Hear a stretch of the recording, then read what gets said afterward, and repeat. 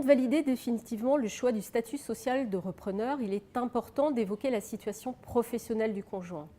Une participation à l'activité est-elle envisagée? Il faut d'abord savoir qu'un conjoint qui participe à l'activité de l'entreprise se doit de bénéficier d'un statut social. Suivant le régime social dont dépend le dirigeant d'entreprise, les modalités de participation du conjoint ne sont pas les mêmes et il faut en tenir compte dans le choix du statut du conjoint.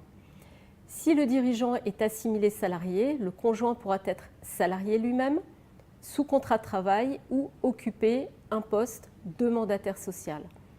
A l'inverse, si le dirigeant est assimilé au régime des travailleurs indépendants, le conjoint pourra être conjoint collaborateur, salarié sous contrat de travail ou occuper un poste de mandataire social. Le statut de conjoint collaborateur n'est envisageable que pour le dirigeant non salarié. Ce régime permet au conjoint de participer à l'activité sans versement d'un salaire, mais en bénéficiant d'une protection sociale et d'un droit de représentation de l'entreprise. Des solutions d'assurance de protection sociale pour le dirigeant devront être envisagées.